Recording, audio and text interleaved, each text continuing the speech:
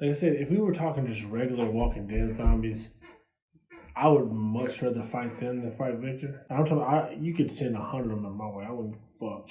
I wouldn't. Let me tell you how it's about to go. Let me show you the towel you're about to throw. This is hip-hop, try to run in our house, or knock your ass straight out the door. I'm the enemy's epitome, the fantasy, my tendency to mentally give your career the death penalty. I instantly advise you to match my... Hey guys, welcome back to the channel, Lost Legends TV. We are Rated MC, and I'm Ray. And I'm James. We are back with some of the finalists of the October Horror Madness Tournament. We're finishing out the Elite 8 of horror. And we're going to come down to this matchup of two underdogs who we did not expect to make it this far. One, we have Resident Evil, who upset Evil Dead. Evil fucking Dead. That hurt me so bad. And Purge. And that's saying something. Versus Hatchet, one of my personal favorites. Which upset Candyman and Saw. Which that blew my mind. I was really not expecting to get past Saw.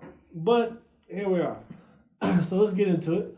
Plots, sequels, freshness. We've already talked about both of these films in detail. So let's just, alright, so. In general.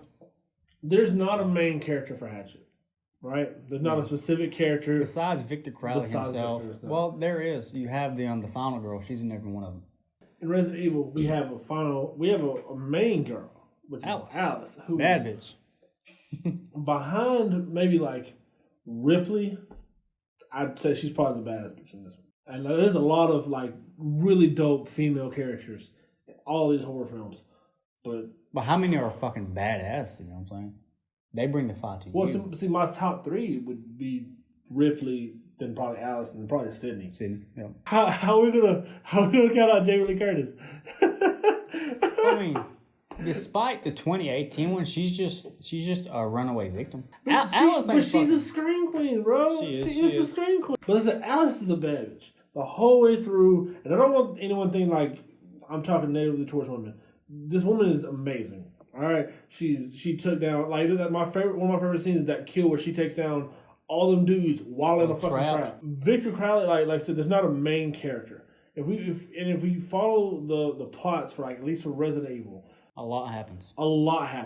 But it's a whole big plot and a bunch of little subplots. Big plot, there's a T-virus serum that got out because somebody was trying to save their daughter. Fucking went backwards. They fucked it up. And it comes down to Alice is having to team up with people to take out hordes and hordes and hordes of fucking zombies. Genetically enhanced zombies. And yes, we're not talking about the Walking Dead zombies. Talking about fucking bazooka zombies. I'm talking about fucking tentacle zombies. Motherfucker walking around with a damn turret gun, bro.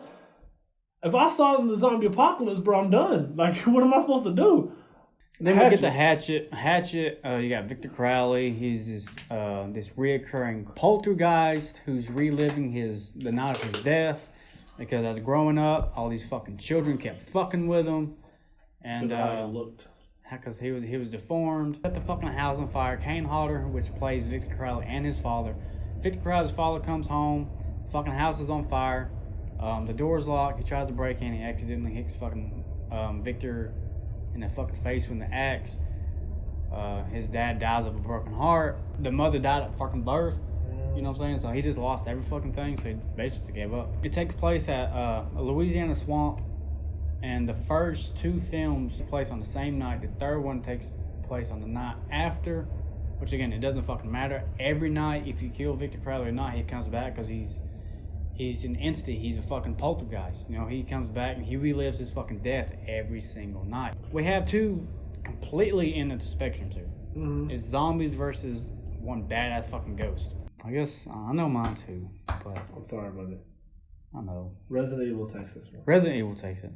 But y'all don't discredit fucking Hatchet. If y'all haven't seen Hatchet, go watch it. Yeah. Even if you don't like the first one, I promise you it builds. It does. The second one's better. The third one's better than the second. The fourth is on par with the third. So go fucking watch that. So Resident Evil takes the first one. And that means now we will move on into the box office. Who brought in the dough? So Hatchet. Again, the first one was very, very, very low budget. So the lowest in the franchise of Hatchet is actually the second one. It only brought in $156,000. Which, if that's not low, I don't know what is. That's fucking low. Mm-hmm. The highest was the fourth one. It brought in $7 million. So if you average all four films out in the franchise, you only get $4.9 million. About $5 million. Which is still low. Resident Evil, the lowest film at $103 million. Which I think you know where we're going here. The highest was the fourth one with $300 million. You average it all out. Before the gross, it's $1 billion. After the gross, it's $946.9 million. Which means it crushes Hatchet. So now it's a 2-0 game. 2-0 game. So next we have critical response and audience scores. This is Hatchet. You got to pull something out, bro. Mm-hmm. You have to. He's rooting for him. He's rooting hard. He ain't even trying to hide it. Look, if this motherfucker can knock off Evil Dead, I have to do it. Go ahead. Go do you. So if we get in critical response of the Hatchet series, the lowest was 3, being a 4.5 out of 10. The highest being the first one at a 5.3 out of 10. You average all of this out, you get a 5.26 out of 10. Which is slightly above average. All right, then we get into Resident Evil. The lowest rated one was 4 at 4.11 out of 10. Highest rated one was 2 at 6.2 out of 10. You average it all out, it comes to 4.66 out of 10. Which means there's a chance. By the grace of the hard gods. There's a chance here. Right? Hatchet took the critical response, but there's still audience scores. Okay. So you get an audience scores for Hatchet. The lowest being the second one at 36%, which ain't that good. We've seen lower, we've seen higher. The highest being the third one at a 57%. You average everything out, you get 48.25%, which is just below average. Mm-hmm. Getting to Resident Evil. The lowest one you got is 20%, which is the second one, which the critics and audience, they just don't agree. They wasn't fucking with that one. No, the highest, though, is part 6 at 37%. This means when you average it all out, we get 28%. Which means we do not have a sweep. Well, Hatchet. It won't be a sweep ever. Like, it's 2-1. There's no 3-0, bro. So Hatchet gets a point on the fucking board. Yep. So now we get to move on to kills. Which this is interesting here. It's a hell of this. This is gonna be the fucking highlight of this video right here. Because Hatchet has fucking phenomenal kills. Resident Evil has fucking phenomenal kills. So let's talk about some Hatchet kills. For those of y'all who are following, you probably already heard some of my favorite ones, but I'm going to reiterate and probably try to mention some I didn't mention in the last ones. Because in Hatchet, just throw it out there on the fucking forefront, Hatchet is nothing but fucking overkill kills. Victor Crowley don't fuck around. Kills. In the first film, he rips this motherfucker, separates fucking jaw and face. Just fucking King Kong did those fucking dinosaurs. Yep. Hatchet 2, sliced his fucking stomach open, pulled out his intestines, fucking strangled him with his own intestines. One of my favorite ones was just funny. This guy's dog styling this girl, taking her to Pound Town. Hatchet cuts his fucking head off. He fucking double times that shit. Then he took his melee weapon, I think it was an axe, and then fucking shoves it up her pussy. 3, and what I like about this franchise, it brings in other horror icons so Kane Hodder can kill them off. Fucking Tony Todd, we mentioned this in previous video, cut the motherfucker in half, pulled his skin off, like completely off. And he's just left like with his fucking imagine muscles. seeing that. Hatchet 3, you got Derek Mears who played Jason Voorhees. In case you don't know, Kane Hodder also played Jason Voorhees. It was a old school versus new school basically. Puts his fucking fist through his stomach, rips out his fucking spine and his skull. On some Predator shit. On some Predator shit. Then Hatchet 4, you got my favorite, the girl from Sleepaway Camp. Rips her fucking arm off with a cell phone, sticks it up her pussy, comes out of her mouth. Hatchet's doing a lot. He's doing a lot. By himself. Like, there's a whole bunch of kills I didn't mention because, like, I don't have time to. We'd be here for 2 or 3 hours.